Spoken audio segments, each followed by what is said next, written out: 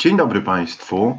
Nazywam się Michał Byliniak. Mam przyjemność opowiedzieć Państwu o zagadnieniach z zakresu zamówień publicznych współfinansowanych z EFS-u. Szanowni Państwo, niektórzy uczestnicy jeszcze do nas nie dotarli, ale myślę, że nie będziemy czekać, ponieważ zagadnienie jest bardzo rozległe. Pojawiły się jeszcze dosłownie minuty temu, pojawiły się dodatkowe prośby dotyczące zagadnień, które mam omówić. W związku z tym ruszamy powoli. Z kilku kwestii organizacyjnych do godziny 12 mam czas, żeby opowiedzieć Państwu o zagadnieniach, które mamy w programie. I to będzie taka formuła wykładowa. Jeśli pojawią się pytania, które musicie zadać od razu, śmiało proszę zadawać te pytania. Natomiast na pytania mamy sporo czasu po zakończeniu części wykładowej. Po godzinie 12 będzie spora przestrzeń na zadawanie pytań. W związku z tym zachęcam, gdyby to były jakieś rozległe tematy, czy może nie do końca związane z głównym przedmiotem naszego szkolenia, do zadawania tych pytań później po 12. Ale jeżeli coś na bieżąco, śmiało proszę pisać w czacie. Ja ten czat będę śledził. Poprosiłbym tylko o sygnał, że Państwo mnie słyszycie jeszcze, bo jeszcze nikt w czacie się nie odezwał. Już, dobra, dziękuję. Już widzę, że piszecie. Super, cieszę się bardzo. Proszę Państwa, no szkolenie jest współfinansowane ze środków Unii Europejskiej w ramach Europejskiego Funduszu Społecznego, to żeby formalnościom stało się zadość. I zachęcam bardzo do takiego aktywnego udziału, do uważnego słuchania przez te 2 godziny. Z malutką, pewnie 5-minutową przerwą będę starał się Państwu te najważniejsze zagadnienia w obszarze zamówień w EFS-ie, głównie w usługach szkoleniowych, przybliżyć. Zostałem poproszony również o pokazanie Państwu nowej bazy konkurencyjności, ponieważ mamy od sierpnia nowe narzędzie związane z zamówieniami, które zmieniło się znacząco względem poprzedniej bazy i teraz moją rolą będzie Państwu o nim również trochę opowiedzieć. W takim razie ruszamy. Proszę Państwa, najważniejsze zagadnienia dotyczące zamówień, aktualne podstawy prawne, które nam funkcjonują ze środowiska funduszy i spoza środowiska funduszy. Mamy wytyczne kwalifikowalności wydatków. Spodziewam się, że rzucimy do nich okiem. Są to wytyczne ostatnie nam obowiązujące, czyli sierpień 2019. To jest 4. wersja tych wytycznych. Kwestie zamówień w wytycznych zmieniały się wielokrotnie i w tej ostatniej wersji mamy zawarte najistotniejsze informacje, głównie na temat zamówień związanych z zasadą konkurencyjności czy rozeznaniem rynku, ponieważ w kontekście prawa zamówień publicznych mamy powoli nam się kończącą, nie chcę mówić dogorywającą ustawę Prawo zamówień publicznych. Ponieważ ustawa od stycznia 2021 wchodzi w nowym kształcie. Pojawia się nowa ustawa, zagadnienia związane z zamówieniami dotychczas udzielanymi, na przykład bardzo lubiany przez zamawiających artykuł 138o ustawy Prawo zamówień publicznych, stosowany przez Państwa przecież, czyli zamówienia społeczne i inne szczególne, na inne szczególne usługi, znikają. Nie będzie ich, nie pojawiają się w nowym wydaniu ustawy, w związku z tym spore zmiany. Poza tym przesuwają się progi zamówień, pojawią się nam zamówienia tak zwane bagatelne od 50 do 130 tysięcy złotych, więc prawo zamówień publicznych trzęsie się w posadach, zmienia się diametralnie.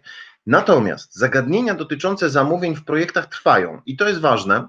Mogę Państwu powiedzieć o tych zagadnieniach w pewnym stopniu ponad bieżącymi zmianami ustawy, bo najważniejsze elementy związane z zamówieniami, w tym kary za błędy w zamówieniach, i to jest ważny element praktyki, są niezależne od ustawy. Będę chciał Państwu pokazać nowy taryfikator korekt, ponieważ od sierpnia pojawił się nowy taryfikator korekt, czyli zestawienie kar za nieprawidłowości. Dotychczasowe obowiązywało od 2017 roku, a w tej chwili mamy już nowy dokument i z tym nowym dokumentem musimy sobie jakoś radzić. Czyli z podstaw. Wytyczne kwalifikowalności, rozdział 6.5, zamówienia udzielane w ramach projektów. To jest bezwzględna podstawa. Później ustawa Prawo zamówień publicznych dla wybranych, dla podmiotów, które są zamawiającymi w PZP, czyli zasadniczo podmiotów publicznych, i podręcznik zamówienia udzielane w ramach projektów, a podręcznik wnioskodawcy i beneficjenta. To jest dodatkowy materiał informacyjny pod nazwą zamówienia udzielane w ramach projektów. Znajdziecie go Państwo na stronie fundusze-europejskie.gov.pl. Znajdziecie go po prostu wyszukując w Google, ale bardzo polecam ten podręcznik, żeby rzucić okiem, zobaczyć, jakie tam są informacje, sporo ważnych detali dotyczących zamówień i sporo propozycji, w jaki sposób na przykład skonstruować kryteria się w tym podręczniku pojawia. Jeśli chodzi o założenia ogólne, musimy najpierw podejść do tematu od strony tego, jakim rodzajem zamawiającego jesteście. Możecie być zamawiającym w rozumieniu prawa zamówień publicznych, albo nie być takim zamawiającym, czyli być podmiotem publicznym albo nie, mówiąc najkrócej. I procedury zamówień w ramach projektów dotyczą zarówno podmiotów publicznych, jak i prywatnych. Wszystkie podmioty zobowiązane są powyżej progu 20 000 złotych netto wartości zamówienia, o szacowaniu tego zamówienia będę sporo mówił, mają obowiązek udzielać zamówień zgodnie z procedurami. Czyli 20 000 złotych netto wartości zamówienia jest takim dolnym progiem. Oczywiście umowa o dofinansowanie może mówić o niższych procedurach, ale na Warmii i Mazurach tych procedur nie ma. Na przykład w zachodniopomorskim takie procedury się zdarzają. Natomiast u nas 20 000 złotych netto i co się dzieje poniżej tego progu? Czy poniżej tego progu nie mamy żadnych procedur? To zależy, ponieważ podmiot publiczny najprawdopodobniej będzie realizował zamówienia zgodnie z wewnętrznym regulaminem udzielania zamówień. Są różne praktyki związane chociażby z tym, że podmioty publiczne zwalniają się z wewnętrznych regulaminów na potrzeby realizacji projektów współfinansowanych ze środków Unii Europejskiej. Są również takie podmioty, które stosują restrykcyjne regulaminy. No ja, będąc przez kilka lat eurokoordynatorem dla Urzędu Miasta Stołecznego, miałem procedury, które nakazywały mi zebrać 3 oferty od 350 zł brutto. W związku z tym koszmarne procedury, ale wewnętrzne procedury udzielania zamówień respektować należy, no chyba że się na potrzeby realizacji projektu z nich podmiot publiczny zwolni. Podmioty prywatne raczej wewnętrznych procedur spisanych nie mają, chociaż zdarzą się one na przykład na prywatnych uczelniach. Natomiast wszystkie z tych podmiotów poniżej 20 000 złotych netto, tak jak widzicie na slajdzie, mają realizować zamówienia w sposób celowy, oszczędny, uzyskując najlepsze efekty z danych nakładów. Nie z najniższych nakładów, dane efekty, tylko najlepsze efekty z danych nakładów. Posiadając, powiedzmy, w budżecie pozycję wartą 6 000 złotych, czyli poniżej 20 000 netto, jesteście Państwo w stanie iść do wykonawcy i powiedzieć: mam 6 000. Co najlepszego jakościowo jesteś mi w stanie zaoferować? Ja mam takie minimalne wymagania jakościowe, czyli najlepsze efekty z danych nakładów. Samej procedury ujętej w funduszach europejskich, w systemie wdrażania, w wytycznych poniżej 20 000 złotych netto nie ma. Natomiast powyżej tego progu zaczynają się procedury. Odpowiednio od 20 000 netto do 50 000 netto włącznie będzie rozeznanie rynku. Od 50 000 netto do 30 000 euro dla podmiotu publicznego, a po prostu powyżej 50 000 złotych netto dla podmiotu prywatnego jest zasada konkurencyjności, czyli i podmiot publiczny. Już jesteśmy, proszę Państwa. Przepraszam za problemy techniczne.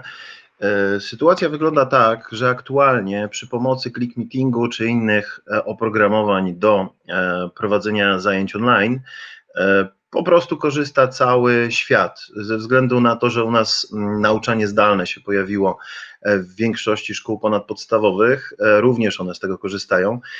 Więc zdarzają się problemy techniczne z tym oprogramowaniem, z każdym. Click Meeting trochę bardziej marudny od Teamsa na przykład, ale zdarza się i on w pierwszej kolejności wyrzuca prezentera. Jeżeli cokolwiek się zadzieje, w pierwszej kolejności wyrzuca prezentera. Więc już jesteśmy, dziękuję, pani Marta dała znać, że jest ok, to działamy dalej. Czyli tak, procedury, 20 do 50 tysięcy rozeznanie rynku, od 50 tysięcy złotych netto w górę zasada konkurencyjności, a póki co jeszcze w tej chwili, dopóki działa ustawa Prawo zamówień publicznych w tym kształcie, od 30 tysięcy euro w górę Prawo zamówień publicznych dla podmiotów publicznych. I teraz, jeżeli chodzi o stosowanie tych procedur, to one zawsze odnosić się muszą do szacowania. Bardzo ważne, w jaki sposób Państwo będziecie szacować wartość zamówienia, bo to jest klucz dla określenia procedury. I nie wolno Wam, jak jeden z beneficjentów, jedna ze szkół w województwie, planując wyjazdy dla uczniów, wyjazdy w 4 terminach, znając terminy, zakresy, lokalizacje, podzielić tego zamówienia na 4, bo jeden wyjazd jest do Gdańska, drugi do Wrocławia, trzeci do Warszawy, a 4 powiedzmy do Krakowa. To jest realny przypadek korekty finansowej, która została nałożona w ramach realizacji projektu w ubiegłym roku na beneficjenta, bo podzielił w nieuprawniony sposób zamówienie. W związku z tym szacowanie wartości zamówienia, klucz w ogóle do całych zamówień w projektach. Pierwsza kwestia, żeby wyszacować wartość zamówienia, muszę określić, czy jestem zamawiającym w rozumieniu PZP, czy podmiotem prywatnym. Zaczynamy od PZP. Zamawiający w rozumieniu PZP będzie szacował wartość zamówienia w odniesieniu do roku budżetowego w projekcie i poza nim.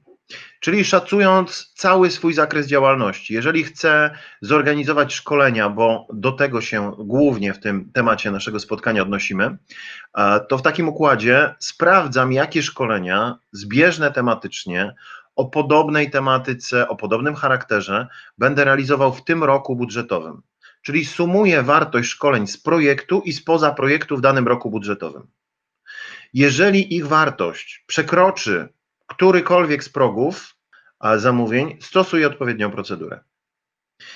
Natomiast jeśli podmiot publiczny nie przekroczy progu 30 tysięcy euro w takim szacowaniu, czyli nie będzie stosował trybów prawa zamówień publicznych, wówczas sytuacja wygląda w ten sposób, że szacuje po raz drugi. A podmiot prywatny w ten sposób, o którym teraz opowiem, szacuje od samego początku. A podstawą szacowania dla zasady konkurencyjności i rozeznania, czyli jeśli już podmiot publiczny stwierdził, że nie stosuje swoich zasad PZP, będzie wartość, w tym wypadku szkoleń, w projekcie. Czyli łączna wartość usług, dostaw, robót w danym projekcie, tych, które będą spełniać określone przesłanki związane z tożsamością. Za chwilę opowiem o tym, co jednym zamówieniem jest, natomiast najpierw sama technika szacowania. Więc sprawdzam, ile w tym projekcie, nie interesując się innymi projektami, nie interesując się moją działalnością pozaprojektową, ale w całym okresie realizacji tego projektu. Czyli szacowanie w ramach prawa zamówień publicznych, które w podmiocie publicznym występuje najpierw, i jeśli nie przekroczyłem progów, szacuję zgodnie z zasadą konkurencyjności i następnie będziemy mieli szacowanie zgodnie z zasadą konkurencyjności, jeśli podmiot publiczny nie przekroczył, a podmiot prywatny szacuje jeszcze raz. Pan Bartosz pyta, czy w nowych wytycznych nie ma obowiązku ponownego szacowania wartości zamówienia. Zaraz to pokażę, panie Bartoszu. Jest możliwość skorzystania z innego rodzaju szacowania. Z szacowania na podstawie wniosku o dofinansowanie, ale powiem o praktyce kontrolerów, bo to jest bardzo istotne, co tam dokładnie w tych wytycznych jest zapisane. Bo to szacowanie może być oparte o wniosek o dofinansowanie. Jeszcze chwileczkę, zaraz dojdziemy do tego tematu. W projektach partnerskich każdy podmiot, który jest partnerem w projekcie, szacuje oddzielnie. Czyli nie sumuje wartości szkoleń, powiedzmy, beneficjenta i partnera. Każdy z tych podmiotów szacuje sam sobie swoje zadania, swoje koszty, które ma przewidziane. I teraz idźmy dalej. Procedury na podstawie tego szacowania, przypominam, od 20 do 50 tysięcy złotych netto rozeznanie, od 50 tysięcy złotych netto zasada konkurencyjności i powyżej 50 tysięcy, powyżej 30 tysięcy euro dla podmiotu publicznego prawo zamówień publicznych. I teraz zależnie od tego, czy jestem podmiotem publicznym, czy jestem podmiotem prywatnym, ta zasada konkurencyjności obowiązuje mnie albo bez limitu wartości, albo do limitu 30 tysięcy euro. Od razu powiem Państwu tak, te podmioty publiczne, które obawiają się szacowania w ramach zasady konkurencyjności i obawiają się stosowania zasady konkurencyjności w ogóle, są uprawnione na mocy zapisów wytycznych kwalifikowalności wydatków w rozdziale 6.5.2 do stosowania trybów i zasad PZP zamiast zasady konkurencyjności. Czyli w zastępstwie zasady konkurencyjności tryby i zasady PZP są uprawnione. I teraz kwestie związane z procedurami. Tu oczywiście w prezentacji macie Państwo opisane te procedury i stosowaniem tych procedur. Jeszcze wrócę do szacowania, o którym pisze Pan Bartosz. Czasami długi termin upływa od podpisania umowy do wszczęcia postępowania. Aktualne zapisy wytycznych kwalifikowalności wydatków mówią, że szacowanie musi zapewniać, tak, otrzymacie Państwo prezentację na maila po szkoleniu. Jeśli chodzi o szacowanie, ono musi zapewniać właściwą ścieżkę audytu. Na przykład, i to jest treść wytycznych kwalifikowalności, w postaci notatki z szacowania lub w postaci wniosku o dofinansowanie, zapisów wniosku o dofinansowanie. Ja w tej chwili otworzę wytyczne kwalifikowalności i pokażę Państwu, jak to wygląda w praktyce, jak ten zapis dokładnie wygląda i skomentuję go, żebyście wiedzieli, gdzie to jest, żebyście wiedzieli, w jaki sposób odnieść się do zagadnienia szacowania w projekcie. To znajdzie się na slajdach, natomiast chwilę później, ale skoro zapytano już o to zagadnienie, to pokażę, jak to wygląda. Wrzucam Państwu w tej chwili swój ekran, udostępniam swój ekran i treść wytycznych kwalifikowalności wydatków. I tu w punkcie 10, to jest rozdział 6.5 wytycznych kwalifikowalności, w punkcie 10 zapisano: podstawą ustalenia wartości zamówienia jest całkowite szacunkowe wynagrodzenie wykonawcy netto, ustalone z należytą starannością, i tutaj pojawił się wątek, który wskazał Pan Bartosz, związany ze starannością szacowania, czyli co się dzieje, kiedy od szacowania do zamówienia mija dużo czasu, z uwzględnieniem zamówień dodatkowych. 7G to są zamówienia dodatkowe i najważniejsze dla nas w tej chwili, szacowanie jest dokumentowane w sposób zapewniający właściwą ścieżkę audytu, na przykład w zatwierdzonym wniosku o dofinansowanie lub w notatce z szacowania. Ta notatka z szacowania powinna zostać sporządzona. Jeśli Państwo możecie mieć jakiekolwiek obawy dotyczące aktualności. Te same obawy może mieć kontroler, więc Pan Bartosz zwraca uwagę bardzo w uzasadniony sposób, że to szacowanie w razie potrzeby należy powtórzyć. Jeśli okaże się, że wartość szacowania pierwotna znacząco odbiega od wartości, która się później pojawia, no to może być problem z dochowaniem, z dotrzymaniem wszystkich procedur związanych z zamówieniem. Czyli tak, jeśli jesteście pewni tego, że wartość się nie zmieniła, możecie Państwo szacować na podstawie swojego wniosku o dofinansowanie, ale kontroler może zapytać, na jakiej podstawie umieszczono we wniosku.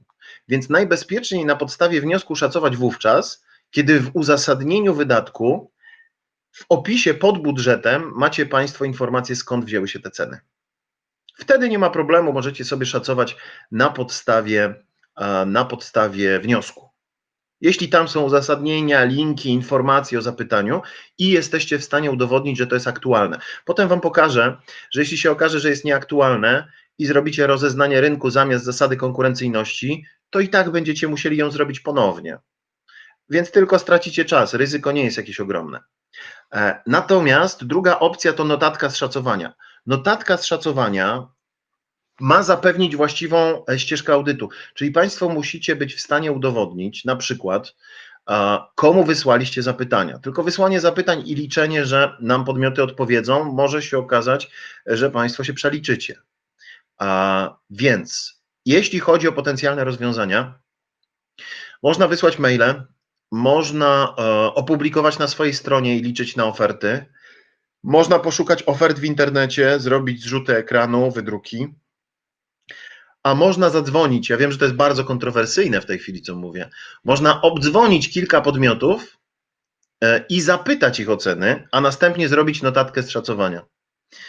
I żaden kontroler jeszcze nie był w stanie w tym zakresie podważyć mi takiej notatki z telefonicznego szacowania, ale mówię o zasadzie konkurencyjności i rozeznaniu, nie o PZP.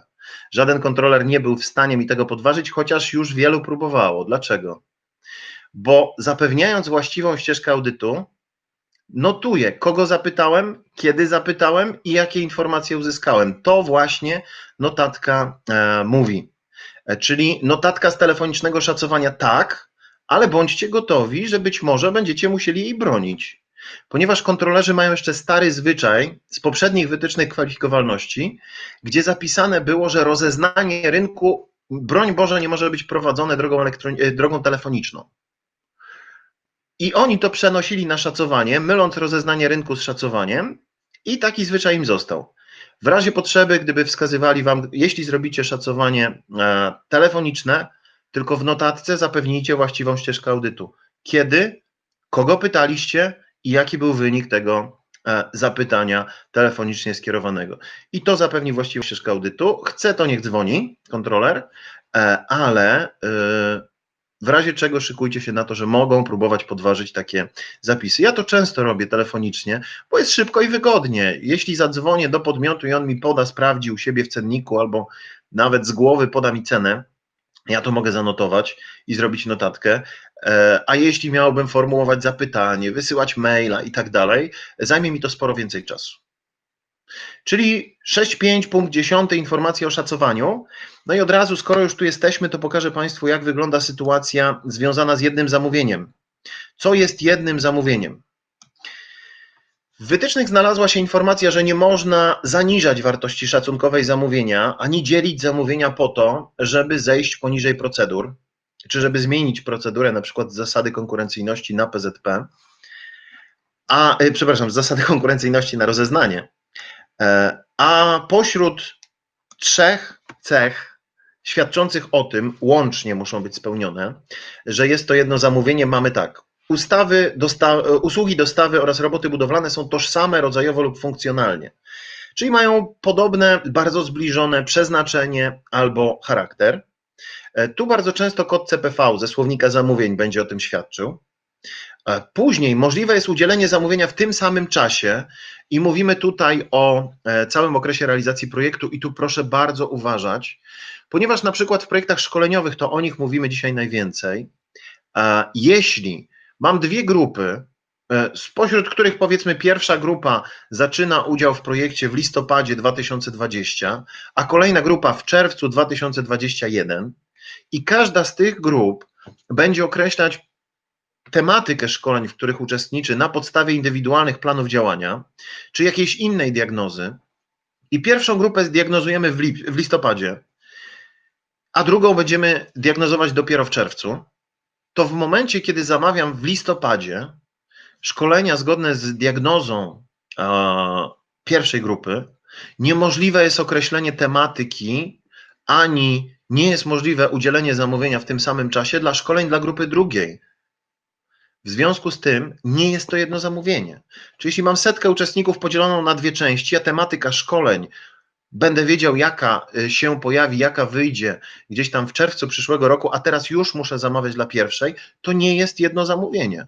na podstawie przesłanki, która tutaj w punkcie 11 pod literą B będzie opisana. W punkcie 10, przepraszam, pod literą B, czyli nie jest możliwe udzielenie zamówienia w tym samym czasie. Żeby nie pojawiały się, tak jak się czasem pojawiają na bazie konkurencyjności, takie przerażające zamówienia pod tytułem: zamawiam szkolenia dla 160 osób, dla 40 o tej tematyce, a dla pozostałych 120 zobaczymy, jaka będzie tematyka, ich wymiar czasowy między 80 a 120 godzin, forma prowadzenia szkoleń nieznana, obszar tematyczny nieznany, materiały do szkoleń nieznane i tak dalej.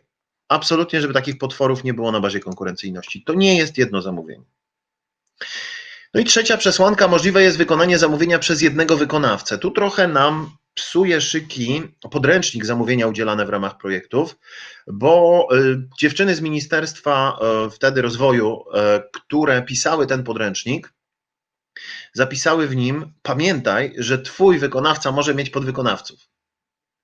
No i tak z perspektywy, gdybyście Państwo chcieli, żeby na przykład jutro w Waszym projekcie, przed Waszym biurem projektu latał balon, taki gigantyczny balon dmuchany gorącym powietrzem, nie ma żadnego problemu, żeby to załatwić. To jest tylko i wyłącznie kwestia budżetu dla wykonawcy. Więc do tej przesłanki trzeba podchodzić dosyć ostrożnie. Możliwe wykonanie przez jednego wykonawcę w ramach jego podstawowej, regularnej działalności i podstawowej, regularnej oferty. Głównie przesłanką do rozdzielenia zamówienia, może nawet nie rozdzielenia zamówienia, tylko stwierdzenia, że to nie jest jedno zamówienie, jest właśnie ta niemożliwość wykonania w tym samym czasie, czyli nie wiem jeszcze, jaka będzie tematyka szkoleń za rok dla kolejnej grupy, i brak tożsamości. Nie jest mi w stanie nikt udowodnić, że szkolenie ze spawania podwodnego i szkolenie florystyczne dla uczestników projektu to są usługi tożsame rodzajowo lub funkcjonalnie. Miałem okazję ten temat bronić przed marszałkowskim, mazowieckim, nawet dokładnie przed mazowiecką jednostką wdrażania programów unijnych i temat został obroniony. Faktycznie nie jest to jedno zamówienie, chociaż kontroler twierdził, że przecież znajdzie się podmiot, który florystykę i spawanie podwodne będzie oferował. Jeśli natomiast Państwo macie zamówienie, które będzie dotyczyło różnych tematów szkoleń na przykład, to ja bardzo zachęcam do tego, żeby podzielić je na części. Ja zachęcam, a wytyczne kwalifikowalności wskazują możliwość takiego podziału z określonych względów ekonomicznych, organizacyjnych, celowościowych. Miałem taki projekt dla nauczycieli szkół i przedszkoli. Tych nauczycieli było około 4000. To byli nauczyciele szkół i przedszkoli z Warszawy i Mazowsza, takiego bliskiego bardzo Warszawie, i tam w tym projekcie miałem 23 tematy szkoleń grupowych, poza tym doradztwo indywidualne i doradztwo grupowe. Zrobiłem z tego jedno zamówienie, ale każdy z tematów był odrębną częścią. W tej chwili w nowym taryfikatorze korekt, pokażę Państwu później ten taryfikator na koniec, jest zapis, że za nieuzasadnione niepodzielenie zamówienia na części grozi korekta w wysokości 5%. To bardzo często ma odzwierciedlenie w projektach infrastrukturalnych i inwestycyjnych.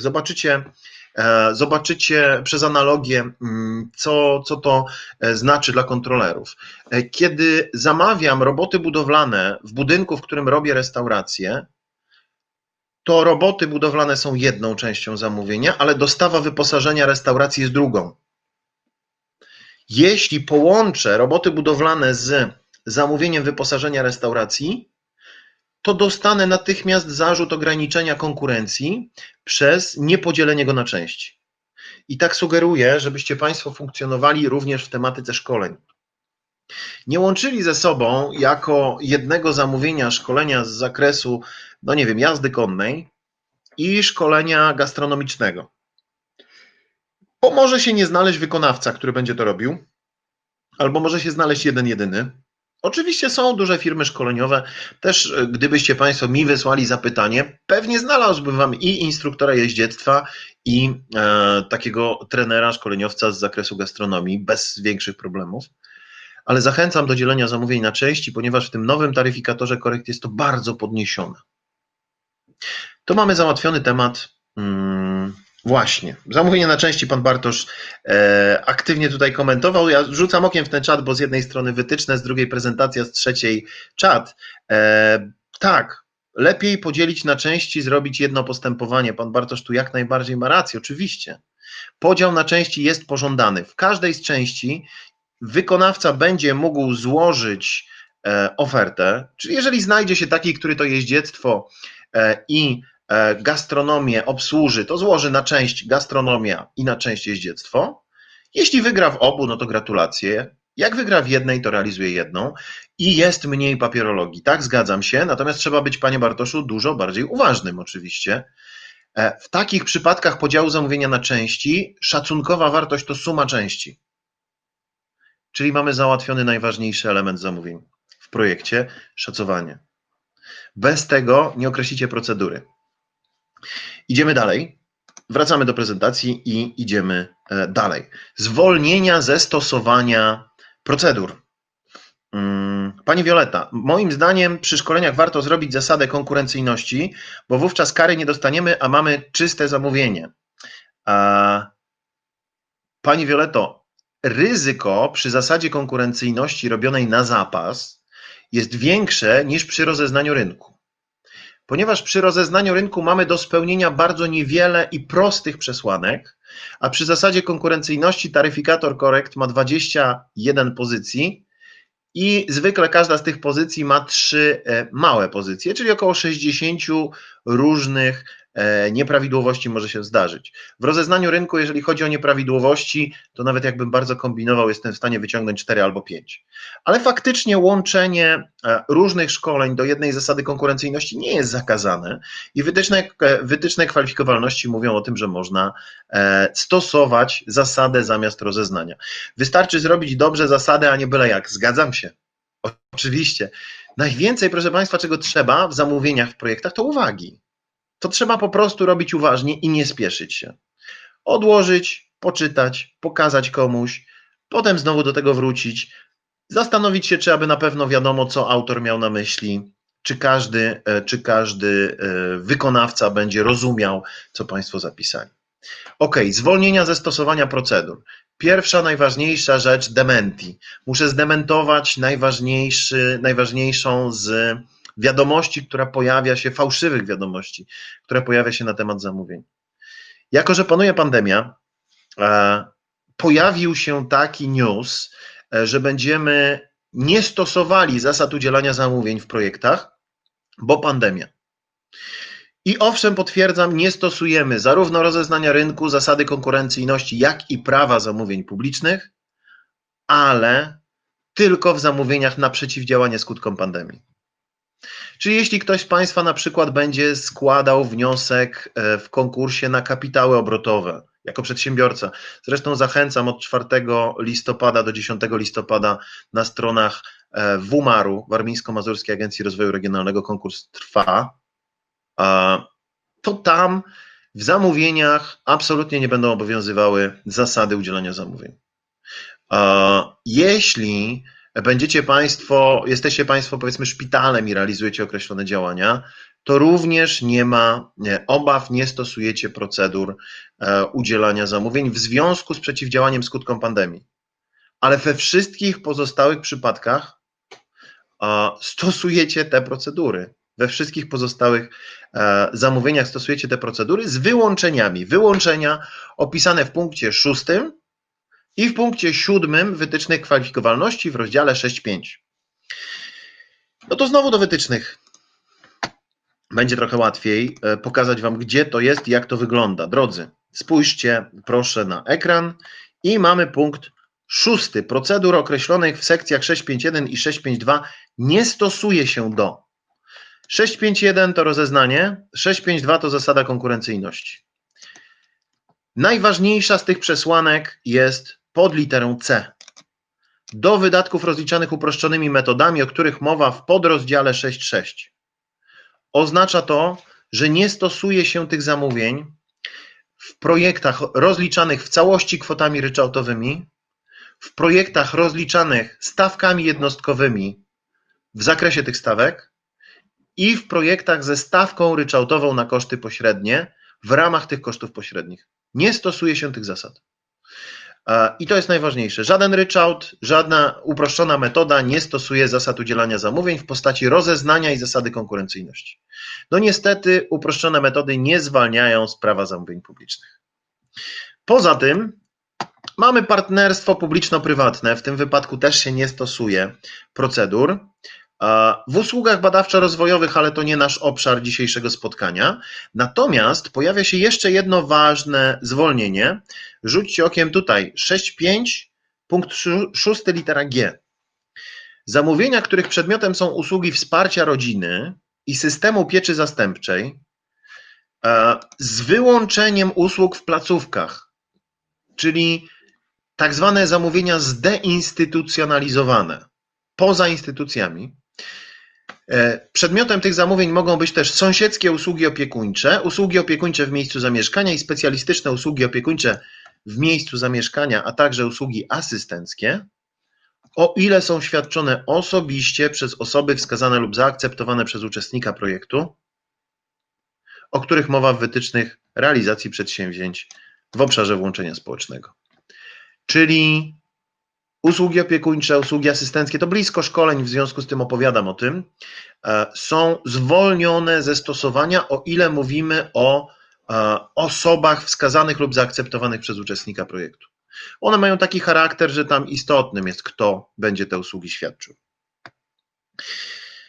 Pani Wioleta z pytaniem. W przypadku zasady na szkolenia ogłosiłam zapytanie na przeprowadzenie 2 szkoleń. Sytuacja epidemiologiczna zmieniła się na tyle, że musimy realizować szkolenia zdalnie. Czy mogę z wybranym wykonawcą zmienić tryb prowadzenia zajęć? Jeszcze się nie rozpoczęły. Czy może ewentualnie kontrola zarzucić, że w zasadzie konkurencyjności jest szkolenie stacjonarne, a realizujemy zdalnie i wówczas więcej firm mogłoby złożyć ofertę?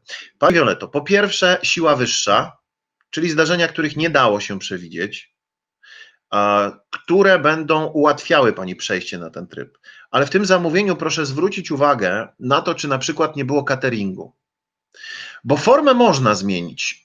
Trzeba dokładnie zapoznać się w rozdziale 6.5 z ostatnimi punktami, które dotyczą zmian w umowie i jesteśmy w stanie znaleźć taką przesłankę, która pozwoli. Jeśli był catering, to jeśli Pani przeniesie szkolenia na online i będziemy je robić online, to niestety musielibyśmy dostarczyć ten catering. Wykonawca musiałby się zgodzić na dostarczenie tego cateringu do domów uczestników. Więc albo rozwiązujemy umowę, napisała Pani, że nie podpisana, więc nie podpisujemy umowy i robimy od nowa, albo zmieniamy umowę w takim zakresie, że wykonawca wywiąże się z wszystkich obowiązków.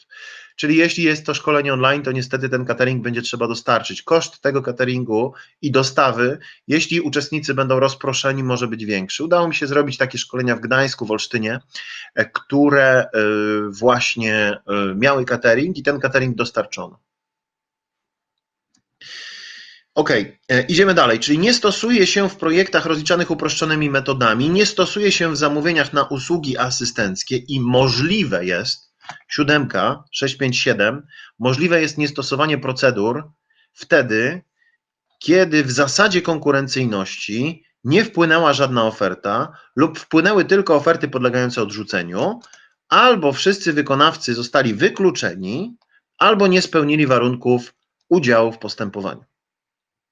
W tych sytuacjach możliwe jest niestosowanie, czyli decyzja należy do państwa, ale można nie stosować. Jeden podstawowy warunek. Z zamówieniem poza tym wszystko musi być w porządku.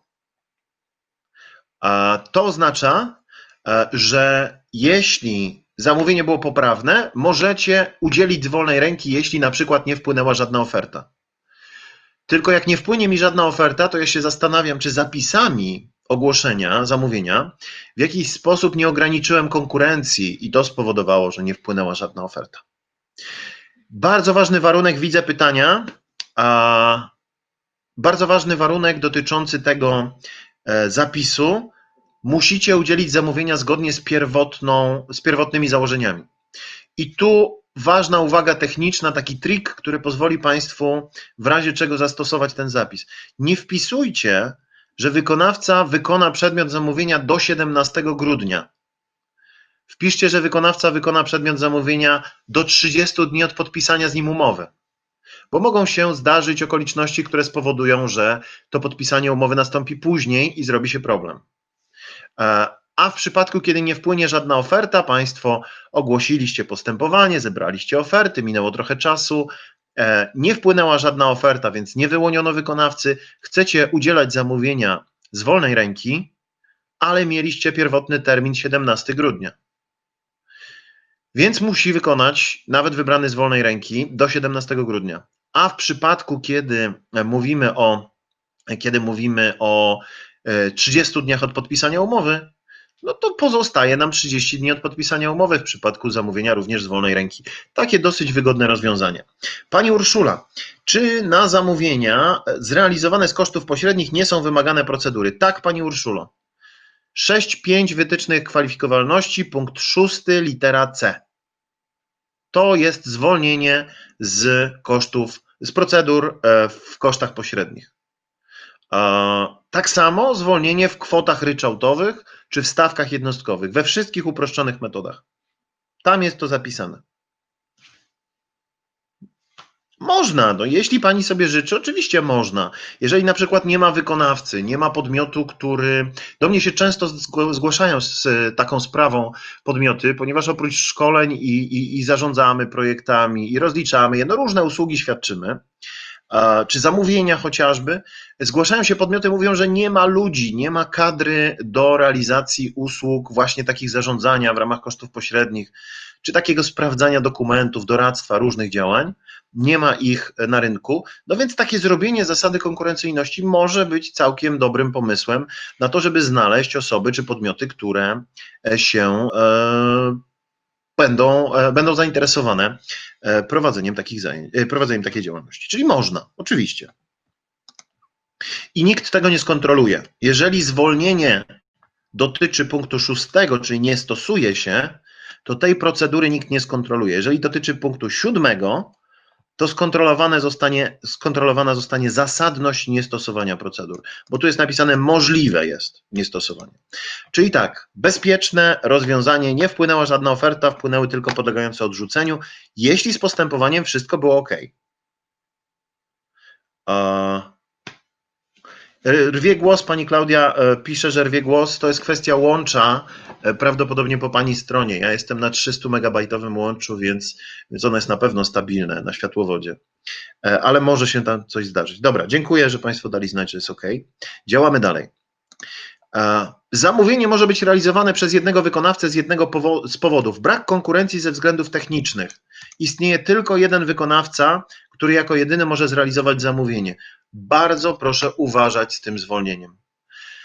Bo były takie zamówienia na przykład na dostawę sprzętu medycznego bardzo zaawansowanego, gdzie stwierdzono, że jest tylko jeden wykonawca, a jeden to był producent, a dystrybutorów w Polsce było 9 i oni między sobą konkurują. Więc założono, że jak jeden producent, to jeden dystrybutor, no niestety było ich więcej, więc ja bym nie stosował tego zwolnienia. Przedmiot zamówienia jest objęty ochroną praw wyłącznych, czyli jest tylko jeden wykonawca, który ma wyłączne prawo do dysponowania. Bardzo rzadki przypadek, też bym się nie odważył. Dostawy usługi i roboty budowlane tylko przez jednego wykonawcę w przypadku udzielenia zamówienia, bo działalność twórcza lub artystyczna. Prostym przykładem to Państwu pokazując, jeżeli zapisaliście w dokumentacji, że będzie koncert i ma wystąpić Piasek, to nie może przyjechać Kaja. Ale w takim wypadku raczej nie mieliście tak dokładnych zapisów we wnioskach o dofinansowanie, więc tego się też nie stosuje. I chciałbym przestrzec Państwa przed stosowaniem tych dwóch punktów D i E. Nie radzę. To są sytuacje, kiedy mam zasadę konkurencyjności i z powodu pilnej potrzeby udzielenia zamówienia, która nie jest moją winą, muszę udzielić zamówienia natychmiast, albo nie mogę zachować terminów publikacji. Jedno to jest wymagane natychmiastowe wykonanie, drugie nie można zachować terminów. To są zwolnienia, które teraz w zamówieniach na walkę z pandemią są stosowane, ale nie inne tytuły, nie to na przykład, że Państwu się projekt opóźnił. Jak się opóźnił, to się go najwyżej przedłuży. Natomiast absolutnie proszę nie stosować tych tych zwolnień tak zupełnie bez przemyślenia. Bardzo rzadko się je stosuje, bardzo rzadko nie ma z nimi problemów, jeżeli zastosowano ten tryb.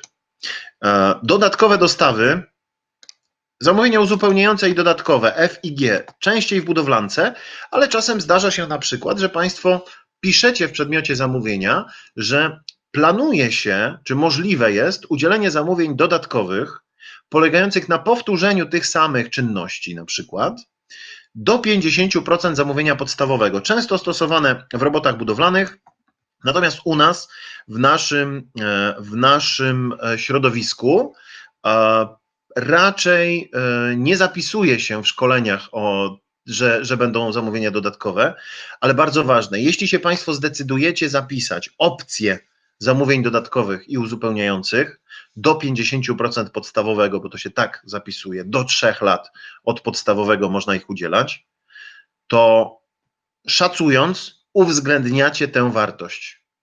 I to jest często problem wielu projektów, bo wartość zamówienia, dajmy na to 200 000 euro szacunkowo, na usługi, na przykład szkoleniowe, i powinienem to wywiesić na bazie konkurencyjności na 7 dni. Natomiast jeśli okaże się, że założyłem zamówienia uzupełniające i dodatkowe, 50% podstawowego, opcje, ja nie muszę ich udzielić, to wartość szacunkowa to jest wartość podstawowa plus 50%, czyli 300 000 euro się okazuje. A powyżej 211 000 euro usługi muszą być już na bazie publikowane 30 dni. I korekta, którą podmiot dostaje, to korekta za nieuzasadnione skrócenie terminu. Pytanie pani Agnieszki. Czy jeśli jest modernizacja systemu, czy można stosować, że jest tylko jeden wykonawca? Modernizacja systemu, rozumiem, chodzi o jakąś kompatybilność, współpracę poszczególnych elementów. Tak, punkt B, brak konkurencji ze względów technicznych o obiektywnym charakterze. Jeśli wykonywał jeden podmiot i drugi może nie być w stanie zapewnić rozwiązania technologicznego, kompatybilnego, to musicie Państwo udowodnić te względy techniczne o obiektywnym charakterze, ale można nie stosować wówczas. W dalsze przesłanki dotyczące zwolnień nie idę, ponieważ one są już bardzo wąskie, nietypowe, nie dotyczą naszych zamówień. Najważniejsze jest to, że spełnienie przesłanek, które dotyczą tego, że mogę nie stosować zasad udzielania zamówień, musi być uzasadnione na piśmie. To jest bardzo ważny element całej tej układanki. No i pod 10 mamy już szacowanie, to Państwo widzieli. Wracamy do środowiska prezentacji i tam będę opowiadał dalej. Pani Karolina pyta, jak to udowodnić? No, trzeba stworzyć notatkę albo wziąć oświadczenie jakiegoś wykonawcy. Jeżeli mówimy o technicznych, to się zdarza. Właśnie, to nie jest kwestia łącza, to jest kwestia oprogramowania. ClickMeeting po prostu czasem nie wytrzymuje naporu, ale już działamy, jesteśmy i działamy dalej. Będziemy walczyć, proszę Państwa, dzielnie. Mówiłem o niestosowaniu zasad, było pytanie dotyczące tego, w jaki sposób będziemy mieli uzasadnić te obiektywne przesłanki techniczne. Obiektywne przesłanki techniczne uzasadniamy w postaci albo opinii rzeczoznawcy, to ona nam zawsze załatwi sprawę, no tylko za opinię rzeczoznawcy trzeba zapłacić, albo ewentualnie notatki dotyczącej tego, jakie cechy powodują, że przesłanki techniczne nie pozwalają na wyłanianie innych wykonawców. Tu kompatybilność, technologia stosowana, możliwość stosowania technologii tylko przez jednego wykonawcę. One będą mówiły o tym, że można ze względów technicznych o obiektywnym charakterze nie stosować zasady. Pani Aneta pyta, czy jeśli widnieje w zapytaniu zapis, że termin realizacji może ulec zmianie, czy na etapie realizacji zadania możliwe jest aneksowanie i wydłużenie? Tak. Tak, jeśli jest taki zapis, jest to, proszę Państwa, możliwe. Idziemy dalej, jeśli chodzi o przesłanki związane z niestosowaniem procedur, możliwością niestosowania. Bardzo proszę uważać. Jeśli decydujecie się na tę opcję, czyli możliwość niestosowania, to dla mnie takim bezpiecznym rozwiązaniem jest ta litera A, którą teraz widzicie, czyli nie wpłynęły żadne oferty, jeśli z postępowaniem wszystko było w porządku. Litera B w szczególnych przypadkach, ale nie w szkoleniach, tylko na przykład w systemach informatycznych, czy w jakichś wentylacjach, innych tego typu działaniach, OK. Natomiast pozostałe przesłanki już nie są wcale bezpieczne. Macie całą listę przesłanek w prezentacji, będziecie Państwo mogli je sobie przejrzeć na spokojnie. Najważniejsze, czytajcie wytyczne. Prezentacja jest oparta o nie, skopiowałem znaczną część zapisów, ale czytajcie wytyczne. O szacowaniu powiedziałem już wszystko. Dlatego, że były pytania, odniosłem się do tego tematu trochę wcześniej, więc informacje o tożsamości rodzajowej, funkcjonalnej i tak dalej macie Państwo zawarte w prezentacji również. Ta właściwa ścieżka audytu, podkreślam jeszcze raz, notatka z szacowania, oferty, które wpłynęły w odpowiedzi na zapytanie, które dotyczyło szacowania, jakiekolwiek dokumenty, które potwierdzą, że szacowaliście, albo jeśli podstawą jest zatwierdzony wniosek o dofinansowanie, to najlepiej byłoby, żeby w tym wniosku w uzasadnieniach dla pozycji budżetowych było napisane, skąd wzięto te ceny. Oczywiście, gdyby przyszło co do czego i kontroler wskazałby Państwu, że szacowanie na podstawie wniosku, w którym jest po prostu wpisane 5000, jest niewłaściwe, to ja jestem w stanie obronić to stanowisko, że jest właściwe, tylko po co się bronić, jeśli nie ma absolutnie potrzeby. Procedury. Wchodzimy do procedur i opowiadam Państwu o procedurach. Rozeznanie rynku, pierwsza podstawowa procedura od 20 000 netto szacunkowej wartości zamówienia. Jeszcze jedno pytanie się pojawiło w międzyczasie, pani Aneta. Projekt celem przeciwdziałanie COVID, czy w tej sytuacji mam prawo odstąpić od przeprowadzenia postępowania? Jeśli jestem zamawiającym, który ma stosować zasadę konkurencyjności i rozeznanie rynku, to zwolnienie ma Pani w punkcie 7 w rozdziale 6.5 pod literą E i F. Nie, DE, przepraszam, tak. Powołuje się Pani na D i E. Jakie dokumenty są konieczne, żeby zadanie zostało zrealizowane zgodnie z zasadami? No, faktura, rachunek lub inny dokument, chyba że projekt na przeciwdziałanie pandemii jest jeszcze rozliczany ryczałtem, uproszczonymi metodami. Wtedy żaden dokument finansowy. Jeśli rozliczane na podstawie faktur, realnych dokumentów, w takim razie szacowanie, nawet nie do końca potrzebne, skoro nie stosujemy zasad udzielania zamówień, no ale jeżeli ma udowodnić, że zasady konkurencyjności i rozeznania się nie stosuje, bo pilna potrzeba, no to trzeba by udowodnić, że jestem poniżej progu prawa zamówień publicznych. Umowa z wykonawcą, dobrze by było, ale znowu do progu prawa zamówień publicznych umowy z wykonawcą, jeśli nie stosuje się zasady konkurencyjności, Pani mieć nie musi. Bo nie stosuje Pani wówczas całej procedury łącznie z umową. No dla bezpieczeństwa zawiera się takie umowy, więc to oczywiste. Czyli tak naprawdę, jeśli stosujemy D lub E z punktu 7, czyli pilnie trzeba udzielić zamówienia albo nie mogę dotrzymać terminów, w takiej sytuacji po prostu dowód na to, że te przesłanki są spełnione, a dowodem jest to, że działanie w tym projekcie ma służyć przeciwdziałaniu pandemii, więc trzeba je podjąć natychmiast. Umowa może się przydać, jeśli wydatki są w projekcie rozliczane na podstawie rzeczywistych, to faktura czy inny dokument księgowy, ale jeśli są ryczałtem, to żaden z tych dokumentów. Widzę, że formułowane jest pytanie, w międzyczasie będę Państwu opowiadał o procedurze rozeznania rynku. To jest procedura, która nie służy wybraniu wykonawcy. To jest procedura związana wprost z... Pani Agnieszka pyta, czy można zastosować 6a z uwagi na COVID? Czy mówimy o prawie zamówień publicznych 6a, czy mówimy o 6a związanym z wytycznymi kwalifikowalności wydatków? Bo jeżeli będziemy mówili o 6a w PZP, to są zamówienia udzielane w częściach. Natomiast jeżeli PZP, no właśnie, 6a PZP, czyli w przypadku zamówień udzielanych w częściach, do udzielenia zamówienia na daną część można zastosować przepisy właściwe dla wartości tej części zamówienia. Jak jest mniejsza niż określone progi, w takiej sytuacji można je stosować. Powiem tak, nie, na COVID-a stosuje się specustawę covidowską i specustawa mówi, że na działania do walki z COVID nie stosuje się trybów i zasad PZP.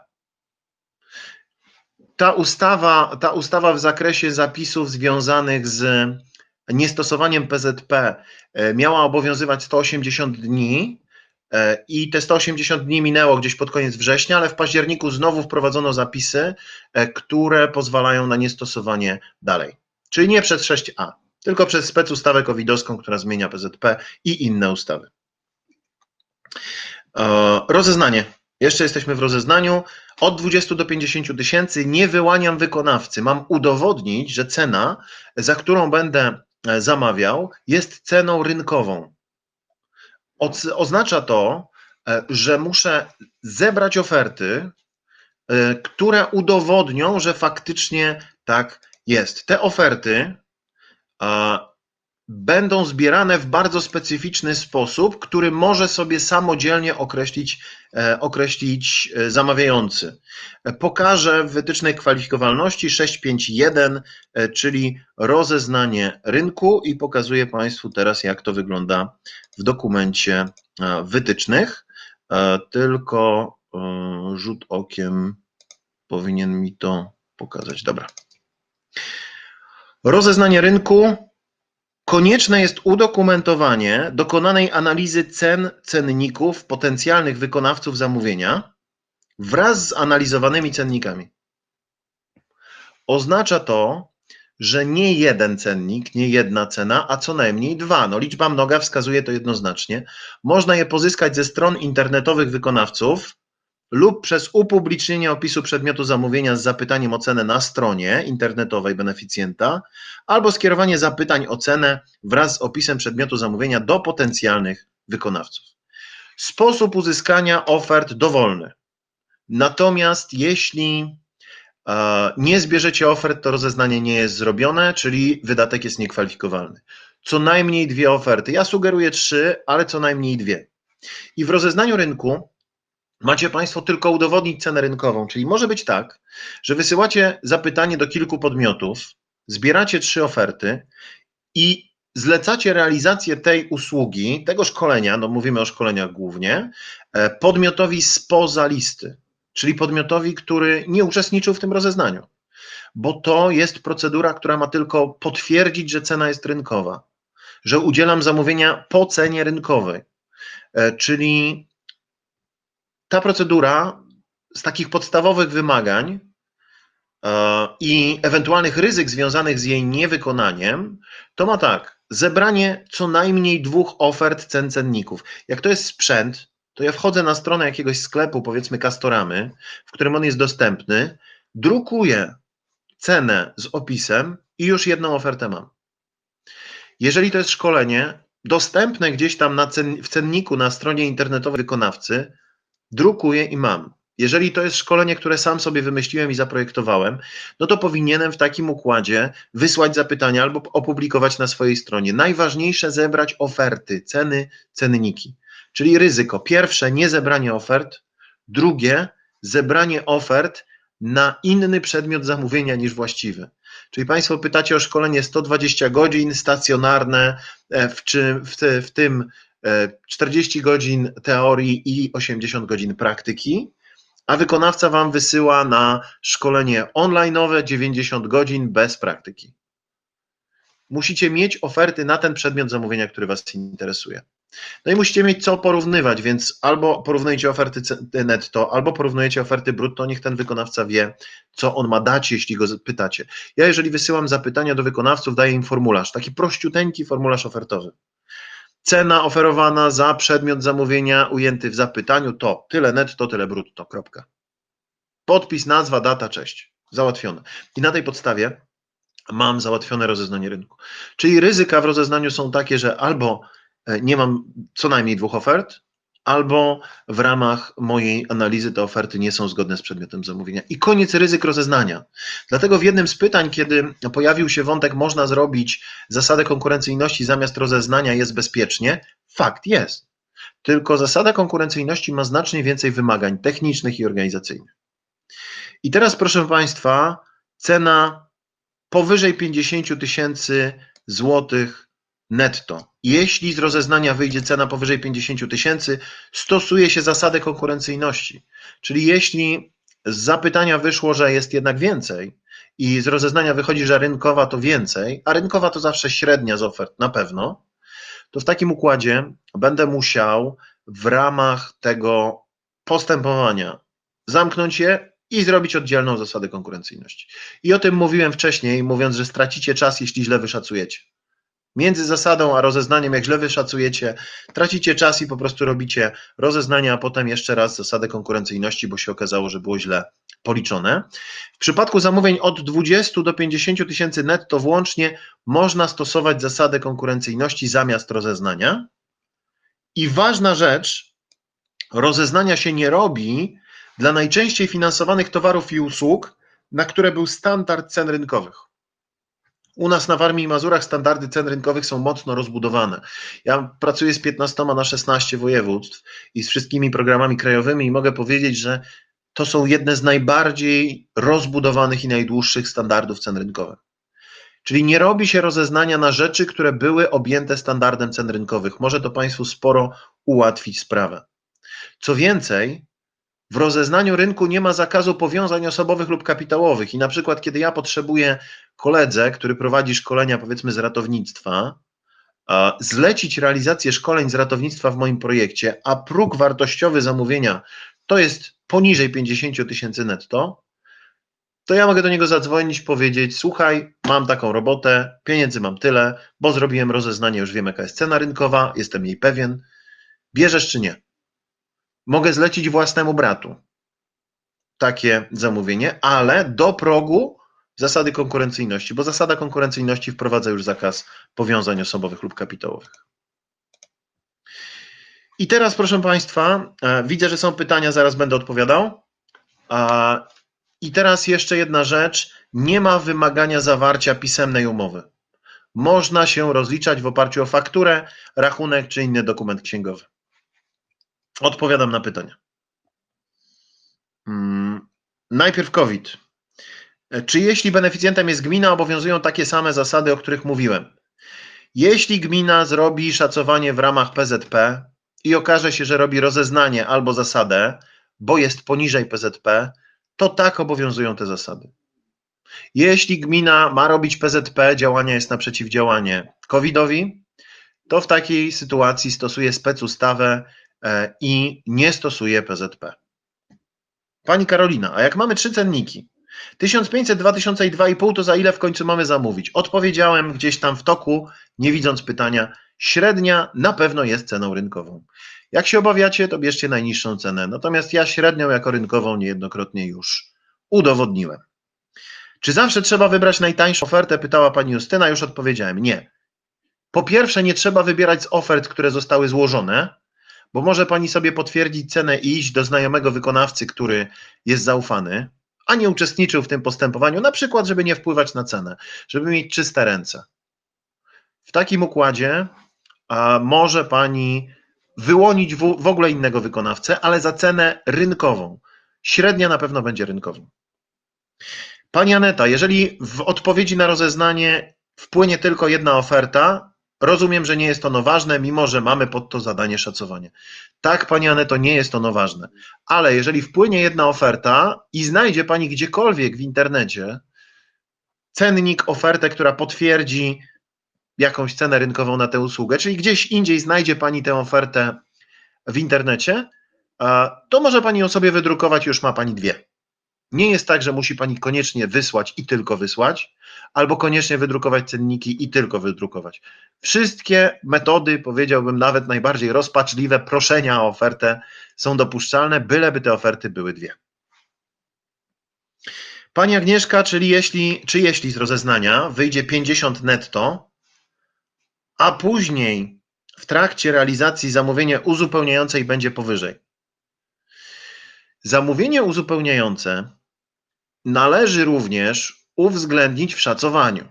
I jeśli było zamówienie uzupełniające, czyli założyła Pani wartość plus 50%, to już z zamówienia uzupełniającego wynikało, jaką procedurę Pani stosuje. Czyli Pani Agnieszko, jeśli miałem 50 netto i zapisane zamówienie uzupełniające, to szacowanie jest 75 netto. Czyli od razu stosuję zasadę. Który artykuł specustawy COVID zwalnia gminę z zastosowania PZP i czy żaden nie wygasł? Jeden wygasł, a potem się pojawił nowy. Więc wkleję tę podstawę prawną do czata, żebyście Państwo mogli sobie stosować i używać. W takim razie w tej chwili robimy 5 minut przerwy, nie więcej, no bo mamy przewidzianą przerwę w programie, więc 5 minut przerwy. Ja w międzyczasie podstawę prawną Państwu wkleję i działamy dalej. Jesteśmy, proszę Państwa, i działamy dalej. Wkleiłem Państwu informację dotyczącą podstawy, czyli tak, mamy ustawę covidowską z 2 marca, artykuł to artykuł 6, natomiast ustawa została zmieniona 12 kolejnymi ustawami. I wkleiłem Państwu informację, gdzie w Dzienniku Ustaw z 20 października znajduje się w pozycji 1842 tekst jednolity. Przez to, że jest tyle zmian, mamy właśnie ten tekst poszatkowany.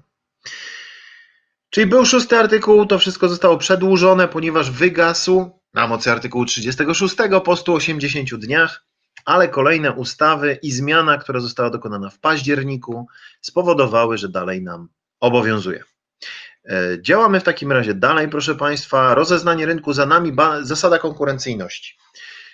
Mówiąc o zasadzie konkurencyjności, będę odnosił się do obecnych i przyszłych również zagadnień dotyczących prawa zamówień publicznych. Czyli muszę połączyć tu Państwu kilka zagadnień związanych z konstruowaniem samej procedury i związanych z takimi najważniejszymi elementami, ewentualnymi karami za niestosowanie przepisów, za niestosowanie wymogów. Zasada konkurencyjności jest dokładnie opisana w rozdziale 6.5.2 wytycznych i stosują ją, tak jak powiedziałem, podmiot prywatny od 50 tysięcy złotych w górę, a podmiot publiczny od 50 tysięcy do progu prawa zamówień publicznych. Podmiot publiczny może zastosować zamiast zasady konkurencyjności tryby i zasady PZP, o ile się obawia, nie ma pewności, czy po prostu lepiej czuje się w tym środowisku. Spodziewajcie się proszę Państwo z podmiotów publicznych zmian w wytycznych kwalifikowalności na koniec roku, ponieważ nowe prawo zamówień publicznych, które wchodzi 1 stycznia 2021, nie będzie już miało takich progów, wartości, ograniczeń, jakie ma obecne, a wytyczne kwalifikowalności odnoszą się do ustawy PZP w aktualnym kształcie. Czyli będą zmiany, prawdopodobnie nie idące zbyt daleko, ale jednak jakieś tam zmiany się pojawią, bądźcie czujni. Procedura. Najważniejsze, jeśli chodzi o procedurę, to zakaz powiązań. W zasadzie konkurencyjności występuje już trochę dalej idący niż gdziekolwiek w niższych procedurach zakaz powiązań, który oznacza, że zamawiający nie może być powiązany z wykonawcą, a wykonawca nie może być powiązany z zamawiającym. Jako że nie ma możliwości sprawdzenia, czy ja, wykonawca, przedsiębiorca, jestem powiązany z gminą, czy nie, no bo z kim w tej gminie? Z wójtem, burmistrzem, prezydentem, a może z ludźmi z zamówień, a może z kimś z ochrony środowiska, a może z księgowością. W związku z tym nie da się tego sprawdzić. Więc zakaz powiązań w podmiocie publicznym działa tylko w jedną stronę. Obowiązkiem podmiotu publicznego w zasadzie konkurencyjności jest złożenie oświadczenia przez osoby, które wyłaniają wykonawcę, czyli podpisują się pod protokołem z zasady konkurencyjności, Jest złożenie takiego oświadczenia, które mówi o tym, że nie jesteśmy powiązani osobowo ani kapitałowo. Zakres tych powiązań jest wpisany do wytycznych kwalifikowalności, pokażę go Państwu jeszcze.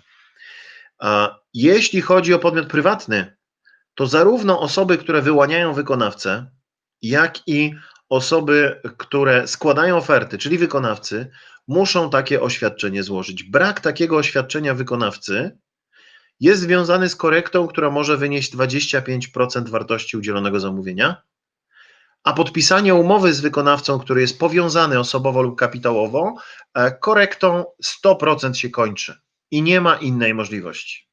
Czyli bardzo proszę uważać na ten zakaz powiązań. W podmiocie publicznym tylko w jedną stronę, w podmiocie prywatnym w dwie.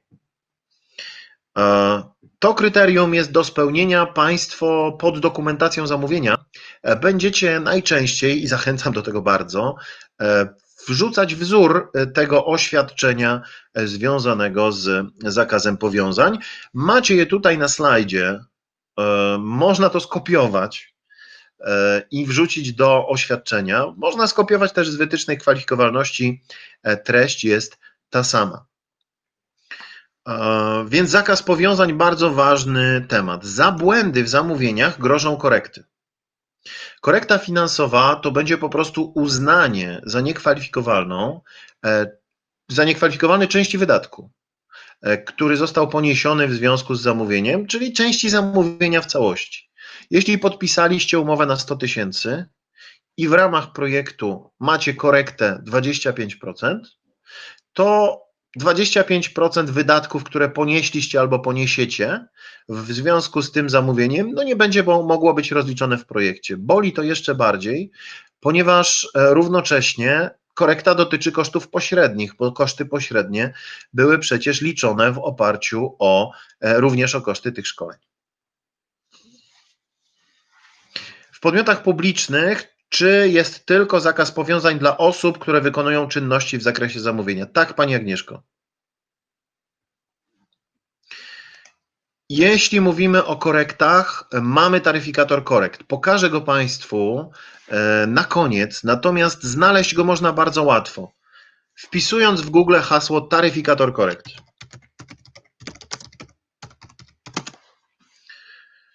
To jest rozporządzenie w sprawie warunków obniżania wartości korekt finansowych opublikowane na stronie fundusze-europejskie.gov.pl.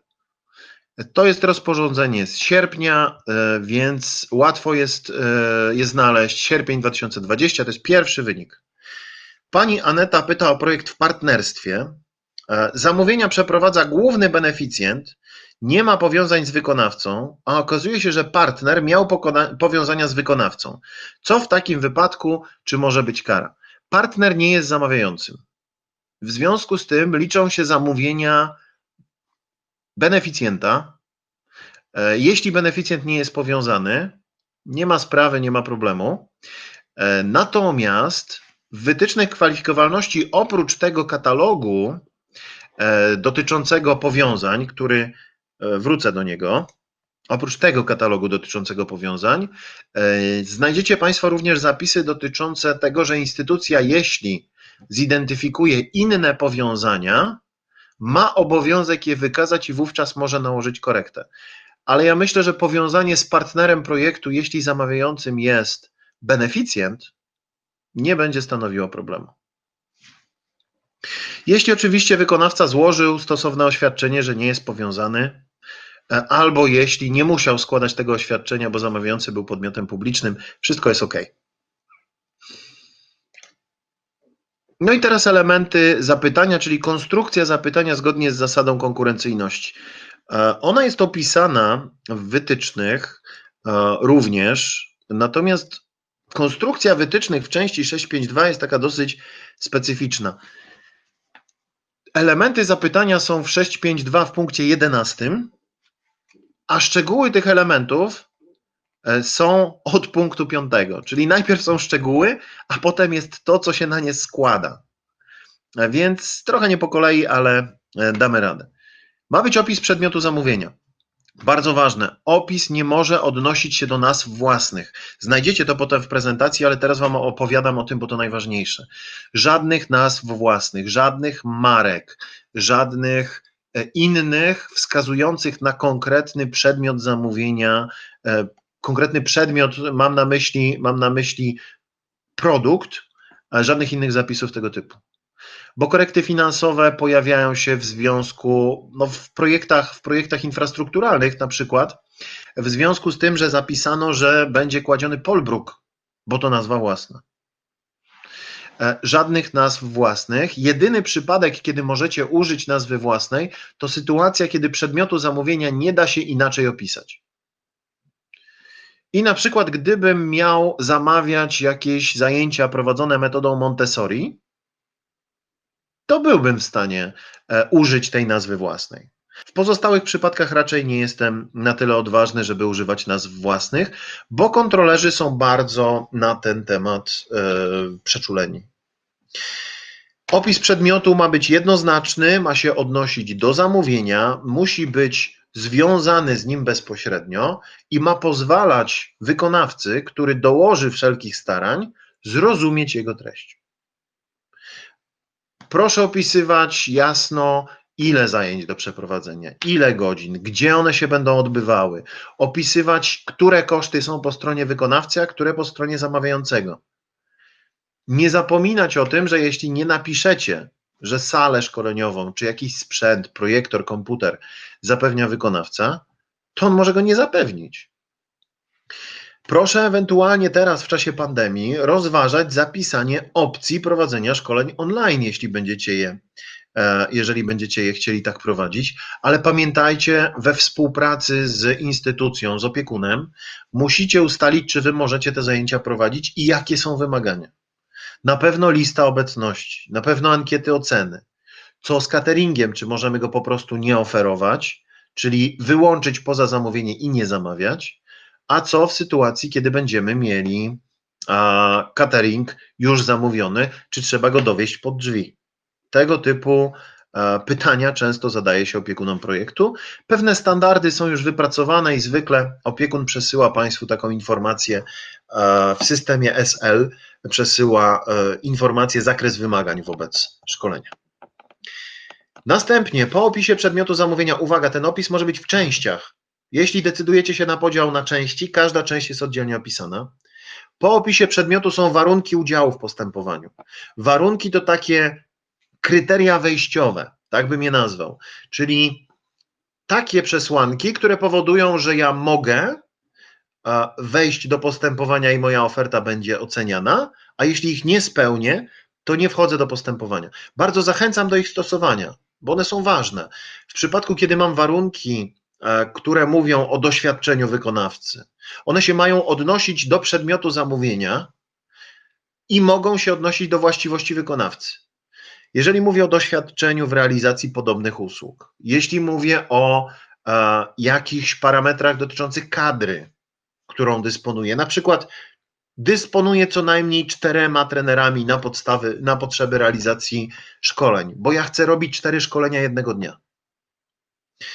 Takie warunki udziału, zwykle jakościowe, związane z doświadczeniem, czasem z ubezpieczeniem od odpowiedzialności cywilnej, czasem ze sprzętem, którym dysponuję. Zamawiałem ostatnio szkolenia motorowodne dla klienta, no więc stwierdziłem, że musi dysponować wykonawca łodzią motorową, która będzie służyła do prowadzenia zajęć praktycznych. Czyli warunki. Czasem warunkiem jest wpis do rejestru instytucji szkoleniowych, czyli do RIS-u. Czasem inne warunki się mogą pojawić. Zachęcam, bo one Wam zabezpieczą jakościowo, że nie będziemy mieli podmiotów, które w ogóle nigdy nie robiły takich rzeczy, które nie mają doświadczenia, które nie mają potencjału, czyli takich ludzi, którzy stwierdzili, a może bym to pierwszy raz zrobił. Potem są kryteria oceny. Warunki były oceniane 0,1, czyli albo spełnia, albo nie spełnia. Jak nie spełnia, to dziękujemy, ale nie oceniamy oferty. A kryteria oceny już różnicują. Kryteria nadają punkty. Jedynym kryterium może być cena, nie musi. I ja zachęcam, żeby nie była tylko cena.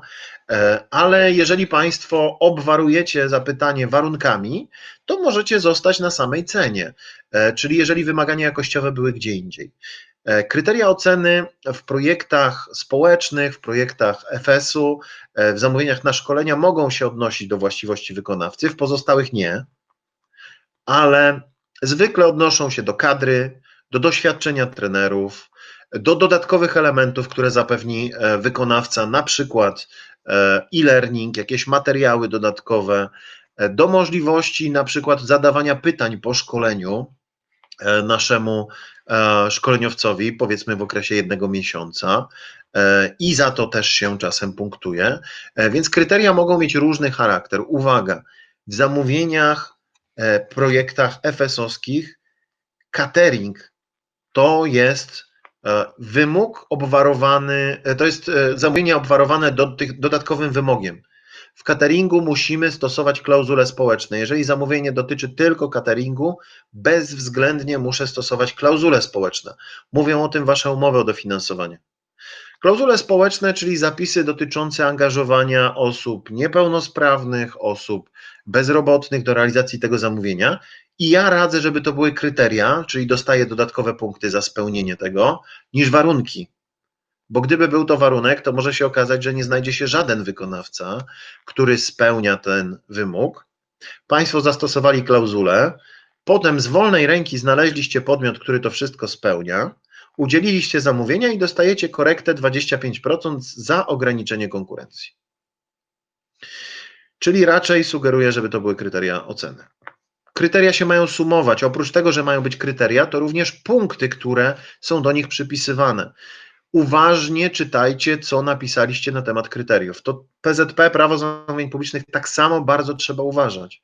Jeśli za dodatkowe wymagania w postaci chociażby doświadczenia trenera jest 10 punktów za 10 do 20 szkoleń i 20 punktów za 20 do 30 szkoleń, to jak trener wykaże wam 20 szkoleń, to nie wiecie, czy przyznać 10 czy 20 punktów. Bardzo uważnie sprawdzajcie, czy te kryteria są przejrzyste. Musicie napisać, jak będą przyznawane punkty za te kryteria. Na jakiej podstawie? Czy na podstawie oświadczenia, referencji, innego dokumentu? Jaki rodzaj dokumentu jest potrzebny, żeby potwierdzić, że podmiot jest spełniającym dane kryterium? Więc bardzo uważnie z przyznawaniem punktów i na etapie konstruowania kryteriów, i na etapie później oceniania ofert. Później termin składania ofert. Termin składania ofert będzie bardzo specyficzny. W prezentacji znajdziecie Państwo informacje na ten temat. Dla usług i dostaw o wartości szacunkowej w tej chwili do 211 000 euro 7 dni. Dla usług i dostaw powyżej tej wartości 30 dni. To wszystko są dni kalendarzowe. Dla robót budowlanych 14 dni, a dla robót powyżej 5 milionów euro to już nie będę szczegółowo opowiadał, też 30.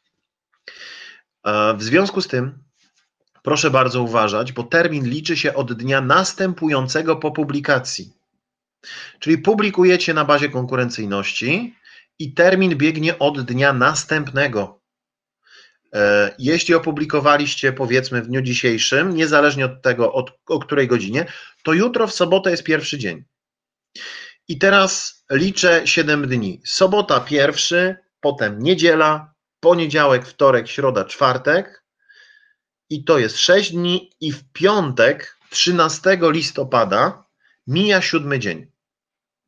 Ale to ma być 7 pełnych dni, czyli zbieracie oferty 7 dnia do 23:59. Jeśli chcecie zbierać do 16, to pewnie dostaniecie korektę 5% za skrócenie terminu, bo nie ma pełnych 7. Ofert nie wolno zbierać w sobotę i dzień wolny od pracy. Jeśli taki termin przypada na sobotę albo dzień wolny od pracy, wyznaczacie go w pierwszym dniu roboczym po tych dniach. Czyli na tej podstawie macie Państwo do skonstruowania zapytanie, w którym dokładnie wyznaczycie termin i to jest minimum 7, 14 albo 30 dni. Oczywiście możecie zbierać oferty 9, 11, 15 dnia śmiało. Bardzo uważajcie na ten dzień wolny od pracy i bardzo uważajcie na to, żeby nie skrócić tego terminu. W porządku, ten termin i informacje o nim też będą w prezentacji dalej. Bardzo dużo korekt jest za terminy. W tej chwili powiedziałbym, trochę się poprawiła sytuacja. Ja też mam okazję szkolić bardzo dużo z zamówień po całym kraju i głównie z zasady konkurencyjności.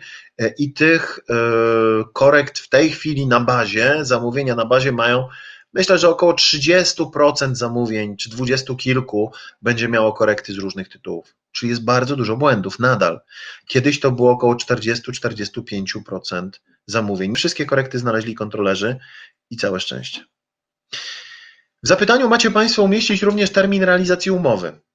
A termin realizacji umowy, tak jak powiedziałem, możecie wyrazić bezwzględną datą albo na przykład w miesiącach, dniach od podpisania umowy.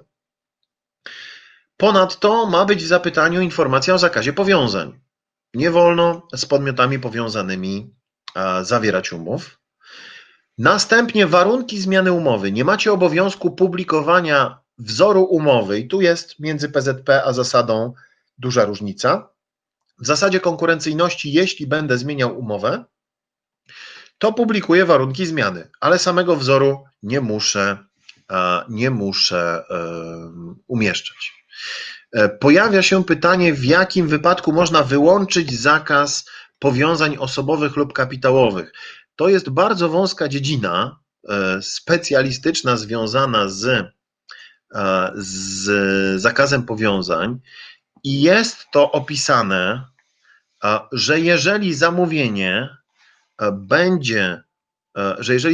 będzie przypisane do zasady konkurencyjności, to w przypadkach opisanych w punkcie 2 w 652 wytycznych kwalifikowalności, kiedy wyjątkowo umożliwienie wzięcia udziału podmiotowi powiązanemu będzie uzasadnione ze względu na specyfikę projektu, typ beneficjenta, a wybór wykonawcy będzie zgodny z zasadą konkurencyjności, wtedy instytucja może wyrazić zgodę. Może wyrazić zgodę na udział podmiotów powiązanych, czyli wyłączenie zakazu powiązań. W większości wypadków wtedy, kiedy jest ryzyko, że w ogóle nie wpłynie żadna oferta, kiedy jest jeden wykonawca, który oferuje dane usługi, dostawy, towary, który byłby zainteresowany, ale my nie jesteśmy w stanie udowodnić, że żaden inny nie byłby. Ewentualnie już na etapie zamówienia z wolnej ręki też można, jeżeli nie wpłynęły żadne oferty, wnioskować do instytucji o wyrażenie takiej zgody. Ale to są bardzo wąskie i bardzo nieliczne przypadki. Ok, czyli warunki zmiany umowy musicie opublikować, a samej umowy nie musicie. Poza tym informacja o składaniu ofert częściowych.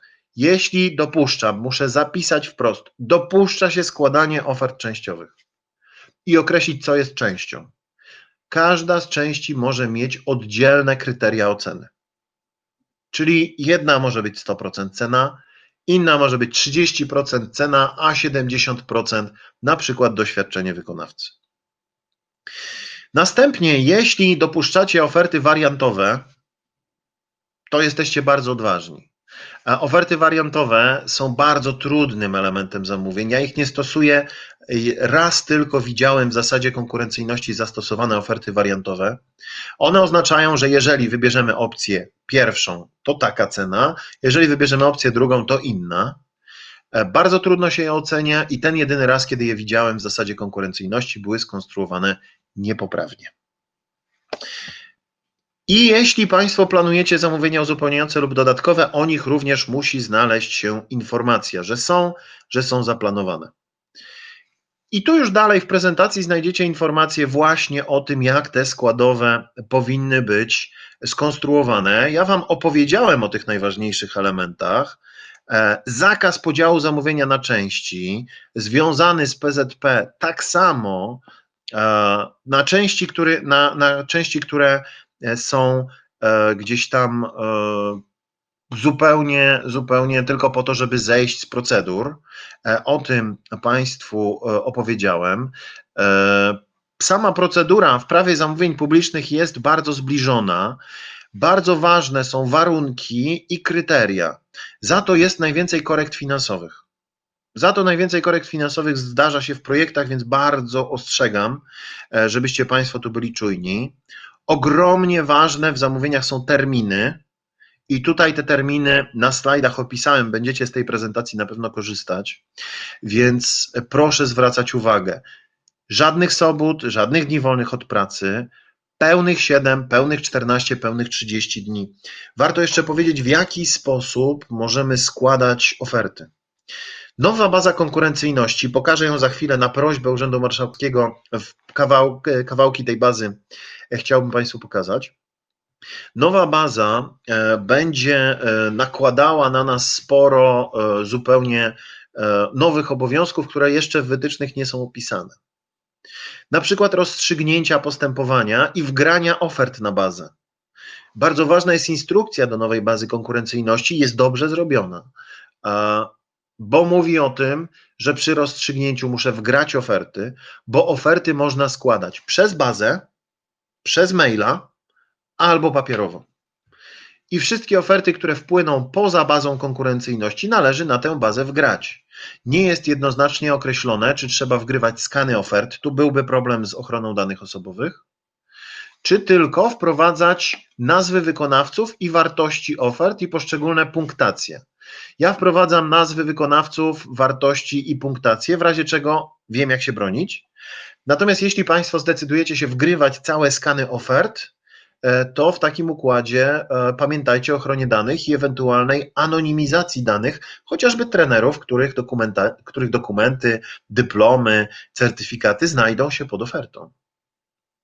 Jeśli mówimy o kwestiach związanych z nową bazą, to jeszcze pojawia się temat samych protokołów. Protokół trzeba skonstruować i opublikować na bazie konkurencyjności na zakończenie przy rozstrzygnięciu danego postępowania.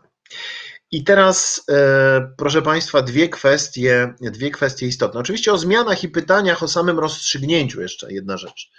Zawsze postępowanie kończy się protokołem.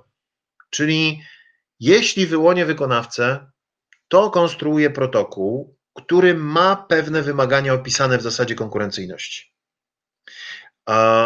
Te wymagania to informacja o sposobie publikacji, to wykaz ofert, punktacja i ocena wszystkich ofert, wykazanie oferty, która została wybrana z uzasadnieniem. Z tym uzasadnieniem jest dużo problemów. Wszyscy zastanawiają się, jak uzasadnić. No, wygrali, bo dostali najwięcej punktów. Następnie trzeba pamiętać o dacie i podpisie. Mi się zdarzyło kiedyś zapomnieć i w trakcie kontroli podpisywałem protokół, który miał datę, miał wszystko, był kompletny, ale nie miał podpisu. I poza tym są załączniki do protokołu. Tymi załącznikami przede wszystkim będą wszystkie złożone oferty i dowód publikacji na bazie oraz oświadczenia o braku powiązań od osób, które protokół podpisały. Takie dokumenty będziemy mieli przy rozstrzygnięciu. W tej chwili protokół już się wgrywa. Wynik się upublicznia, tak jak było upubliczniane zapytanie, czyli na bazę będziemy wgrywać. I teraz, proszę Państwa, nowa baza konkurencyjności. Macie jeszcze w prezentacji kilka słów o nieprawidłowościach w zamówieniach, ale ja o tych nieprawidłowościach opowiem przy pomocy taryfikatora korekt. Więc tylko zasłonię sobie słońce, bo świeci mi mocno w oczy.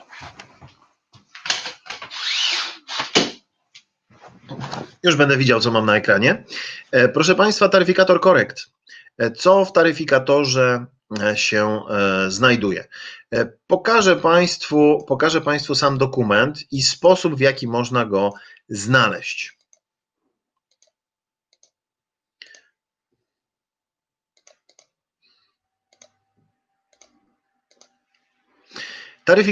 Taryfikator znajduję w momencie, kiedy wpiszę do Google'a hasło taryfikator korekt. Rozporządzenie w sprawie warunków obniżenia wartości korekt finansowych, tak ono się nazywa, ale taryfikator wystarczy. To jest rozporządzenie, które obowiązuje od 4 sierpnia Po kliknięciu w dokument on Wam się otworzy w przeglądarce. Ważna rzecz, trzeba go obrócić, ponieważ taryfikator ma formę tabeli. W taryfikatorze znajdziecie informacje o rodzaju nieprawidłowości, o przepisach krajowych i unijnych, które narusza, i opis nieprawidłowości, a na końcu stawkę procentową. I na przykład nieopublikowanie ogłoszenia o zamówieniu albo bezpośrednie nieuzasadnione udzielenie zamówienia kończy się korektą 100%. Oczywiście część z tych korekt może być zmniejszana i znajdują się mniejsze korekty tutaj w tym taryfikatorze i będę pokazywał. Natomiast sztuczny podział zamówienia na roboty, usługi, dostawy, korekta 100%. Nieprzestrzeganie terminów, zależnie od tego, o ile skrócono, 100, 25, 10 lub 5, jeżeli skrócono o mniej niż 30%. Niezapewnienie czasu na uzyskanie dokumentacji, jeżeli Państwo jej nie publikujecie całej na bazie, 10%. Uwaga, te korekty dotyczą również prawa zamówień publicznych. Czyli mamy tutaj artykuły prawa zamówień publicznych, których dotyczą. Po zmianie 1 stycznia 2021 będziemy mieli znowu nowy taryfikator korekt. Następnie nieopublikowanie informacji o przedłużeniu terminu składania ofert i w PZP, i w zasadzie konkurencyjności. 5 lub 10% zależnie od okoliczności. Zależnie od tego, co jest publikatorem. Nieuzasadnione procedury negocjacyjne albo dialog konkurencyjny 25 lub 10. Chciałbym Państwu pokazać tę korektę związaną z dzieleniem zamówienia i ona jest 5%, tylko jest ich tu, o właśnie. Na przykład nieuzasadnione ograniczenie podwykonawstwa 5%. Ale mamy również zmiany w kryteriach po otwarciu ofert 25%. Ocena ofert na podstawie kryteriów różniących się od pierwotnych za 10%. Jest tego tutaj dużo i bardzo proszę uważać. Kategorii jest 21, tak? Z tego co pamiętam. Tak, dużych kategorii jest 23. Nie 21, tylko 23. I małych kategorii, podkategorii jest kilka w każdej z nich. Na przykład brak uzasadnienia niepodzielenia zamówienia jest za 5. W tej chwili szukam go, ale będą tu gdzieś te korekty pochowane. Dobrze, nie będę przez ten taryfikator szedł gdzieś tam jakoś bardzo uważnie, ponieważ potrzebuję pokazać Państwu jeszcze bazę konkurencyjności.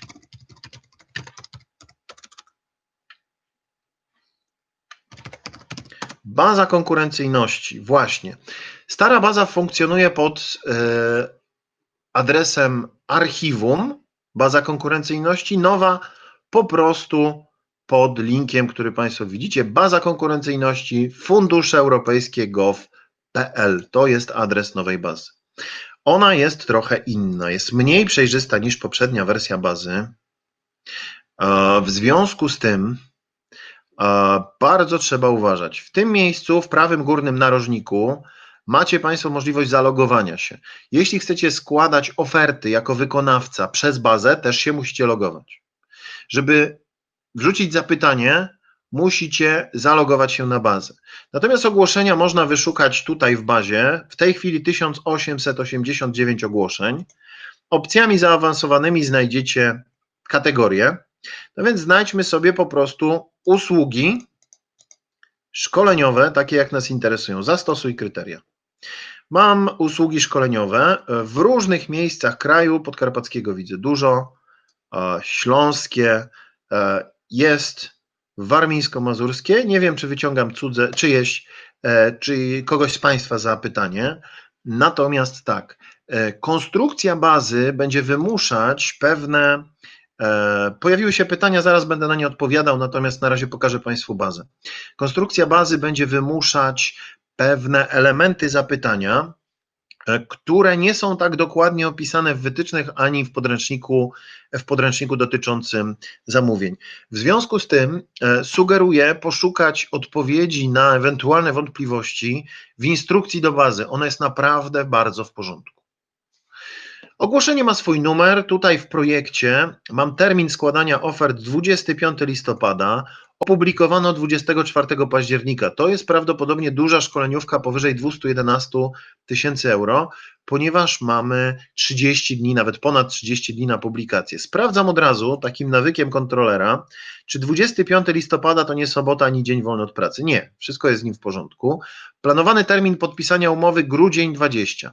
Miesiąc, właśnie, baza wymaga wskazania planowanego terminu podpisania umowy. Proszę się nie bać, ponieważ po pierwsze on jest planowany, po drugie jest wyrażany miesiącem. Jak się nie uda podpisać w tym czasie, nikt Państwu krzywdy nie zrobi. W taryfikatorze korekt nie ma kary za to. Następnie kontekst projektu, dodaję swój projekt i w projekcie wrzucam zapytanie. Informacja, czy dopuszczalna jest oferta częściowa? Nie. Są dane ogłoszeniodawcy i osoba do kontaktu. Osób do kontaktu możecie mieć dodanych dużo, te osoby się dodaje do konta w bazie, a nie do ogłoszenia, czyli na koncie w bazie musicie mieć dodane osoby do kontaktu, żeby je potem przypisać do ogłoszenia. Warunki zmiany umowy możliwe w sytuacji, gdy wprowadzone zmiany są nieistotne. No powiedziałbym mocno na lenia zastosowane rozwiązanie, ale niech będzie. I załączniki. Jest zapytanie ofertowe, jest szczegółowy opis przedmiotu zamówienia. Ja często łączę zapytanie z opisem. To nie PZP, to nie musi być oddzielne. Formularz oferty bezwzględnie musi być. Oświadczenie o braku powiązań zakładam. 3 wykazy usług, czyli doświadczenie. Jeszcze 4 wykaz osób dotyczący, to prawdopodobnie warunki udziału, czyli wykaz usług i wykaz osób, wzór umowy opublikowany nieobowiązkowy i wzór umowy powierzenia danych osobowych, ponieważ w szkoleniówce będziemy mieli powierzanie danych osobowych uczestników. Jeśli w zamówieniu jest wiele części, to na bazie dodaję przedmioty zamówienia do części. Ważna rzecz. Jeżeli będziecie pracować na nowej bazie, to jeśli macie wiele części, to macie wiele przedmiotów zamówienia. Bo najpierw zaczyna się opisywanie, kiedy publikuje się zapytanie od przedmiotów zamówienia. Jeśli przedmiotów będzie wiele, to Państwo te kolejne przedmioty zamówienia dodajecie, a następnie przypisujecie je do części. Czyli najpierw przedmioty, potem części. Będziecie zaskoczeni, bo jeżeli opiszecie jeden przedmiot, to nie da się go podzielić później. Część pierwsza, przedmioty zamówienia, usługi szkoleniowe. Nadaje się kategorie i podkategorie na bazie. Czy dopuszczalne oferty wariantowe? Nie. Opis przedmiotu zamówienia jest limitowany znakami. Można podejść do zagadnienia dosyć, powiedzmy, oszczędnie i zapisać szczegóły w zapytaniu. Tylko z perspektywy na przykład wykonawcy mogę Państwu powiedzieć, że to jest bardzo niewygodne. Ja nie lubię takich zapytań, gdzie wszędzie jest szczegóły w zapytaniu, na zasadzie znajdź sobie. Więc jest opis przedmiotu, są kody CPV. Te kody CPV mają się odnosić do przedmiotu zamówienia. Jest szkolenie zawodowe, techniczne, specjalistyczne, edukacja młodzieży, czyli różne rodzaje kodów CPV związanych z tym przedmiotem. Nie musi być ich tyle, mogą być 2, mogą być 3, byleby odnosiły się bezpośrednio do przedmiotu zamówienia. Korekty za brak kodu CPV są, ale za niewłaściwy kod CPV nie powinno się Państwu stać nic strasznego. Jest miejsce realizacji, Olsztyn, województwo warmińsko-mazurskie i warunki. Typ uprawnienia do wykonywania działalności. Wykonawca spełni warunek, że posiada wpis do rejestru instytucji szkoleniowych, czyli RIS. Następny typ warunku wiedza i doświadczenie w okresie ostatnich 5 lat, a jeżeli okres działalności jest krótszy, wykonał określone usługi szkoleniowe z zakresu. Nowoczesne metody lutowania, diagnozowania i napraw pakietów elektronicznych występujących we współczesnych urządzeniach mechatronicznych z komponentem dla pakietów elektronicznych działających w przestrzeni kosmicznej. Gdyby to byłoby ograniczenie konkurencji. i lub szkolenia lub kursy pokrywające tematykę i program szkolenia zawarty w załączniku 1. W każdym z nich wzięło udział co najmniej 30 słuchaczy i certyfikat z normy. Bardzo specyficzne, bardzo wąskie, ale uzasadnione w tym wypadku wymagania. I kilka takich wymagań jakościowych tu jest. Potem dodatkowe warunki udziału to jest zakaz powiązań, który został tu wklejony. I kryteria. Cena 80%, doświadczenie wykonawcy 20%. Nie ma tu co prawda sposobu przyznawania punktów, ale będzie w szczegółowych dokumentach. Zamawiający oceni i porówna jedynie te oferty, które nie podlegają odrzuceniu, to oznacza, że spełniają również warunki. W kryteriach oceny jest mało znaków, dlatego tutaj tylko te 2 kryteria i już.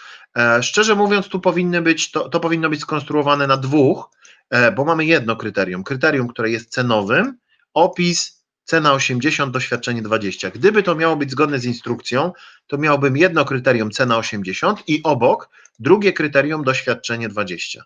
To specyfika dodawania do bazy ogłoszeń. Podsumowanie, czyli ewentualne etapowanie zamówienia, ale tego raczej tutaj się na bazie nie wrzuca. Data publikacji, termin składania, planowany termin podpisania umowy. Nowa baza wymaga dużo uważności, opublikowania, może nie tyle opublikowania, co podsumowania złożonych ofert w rozstrzygnięciu. Jeśli się pojawią pytania, jest do nich specjalna zakładka pytania, ona jest w tej chwili pusta. Oferty, które są, będą tu widoczne, natomiast nie będzie widoczna ich treść naturalnie. Dopiero po rozstrzygnięciu będą oferty, rozstrzygnięcie i wgrany protokół. Wymaga dużo więcej czasu niż poprzednia baza. Pierwsza styczność z tą bazą, nie powiem, że koszmar, ale nie jest najprostsza. Proszę Państwa, w takim razie opowiedziałem o tych wszystkich wymaganiach, pokazałem Wam bazę, minęła 12, w związku z tym czas na część wykładową nam dobiegł końca, więc przystępuję do odpowiadania na pytania. Zachęcam oczywiście do czytania wytycznych, do zajrzenia do podręcznika zamówień, do przeczytania instrukcji związanej z bazą konkurencyjności i takiego praktycznego popróbowania, sprawdzenia, co i jak tu działa. Dziękuję uprzejmie za część wykładową i przystępuję do odpowiadania na pytania, czyli zamykamy tę część pierwszą, chyba od razu. Kawę mam pod ręką, w związku z tym mogę odpowiadać na pytania.